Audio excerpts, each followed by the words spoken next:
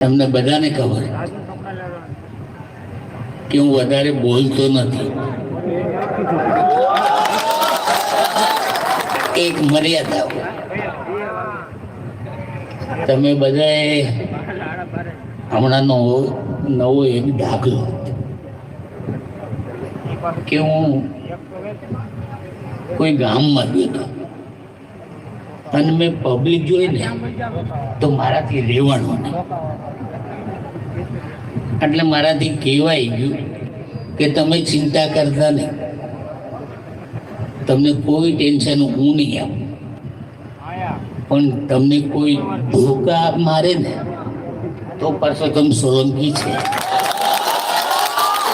અને મેં સમાચારમાં તમે જોયું હે બધા કે બધા કહેતા હોય કે આ મંત્રી દરજાનો માણસ અને જાહેરમાં આવું બોલે. મેં કીધું જીને જી સમજ્યું સમજી, હું તો જી છી. અને આ કોઈ સંવાદ દીકરો મને બીજું કંઈ આવડતું નથી. બધા સમજતા હોય અને તમે બધા મારા દાખલા જોયેલા છે. તમને કંઈ નવું કહેવાની જરૂર નથી.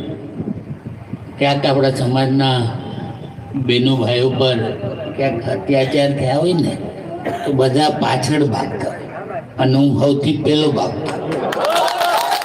મને એ બધું ન ગમે અને મને કોઈ લાલા પોપા મને આવડતું નથી. હું કોઈને પગે પડું એવું હું નથી, મને ન જ ગમતું. તમે મને જાહેરમાં ભાષણમાં કોકી જોયું. ઘણા મારા ઇન્ટરવ્યુ લેવા આવે ને તો ઘણા મને પૂછે કે તમે સરકારમાં બેઠા છે તો સરકાર આગળથી તમે શું માંગો છો? મેં કહું કાંઈ નહીં. મારા કોળી સમાજને ખૂબ પ્રગતિમાં રાખે, એમને જેટલા થાય આટલા કામો આપો. કેમ કે આપણો આ છેવાડાનો આ કાંઠો છે અને આપણા કોળી સમાજના દરિયાખીથી રહેતા વધારે આપણા કોળી ભાઈઓ હતા. એટલે તમે એને જેટલું થાય એટલું સાથ આપો, એમનાથી થાય એટલા તમને પ્રયત્ન આપીશ. પહેલાં આપણા સમાજના ખાલી 3 ધારાસભ્ય હતા.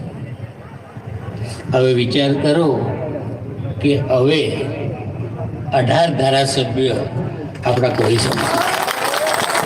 આનાથી વિશેષ મને હું જોઈએ?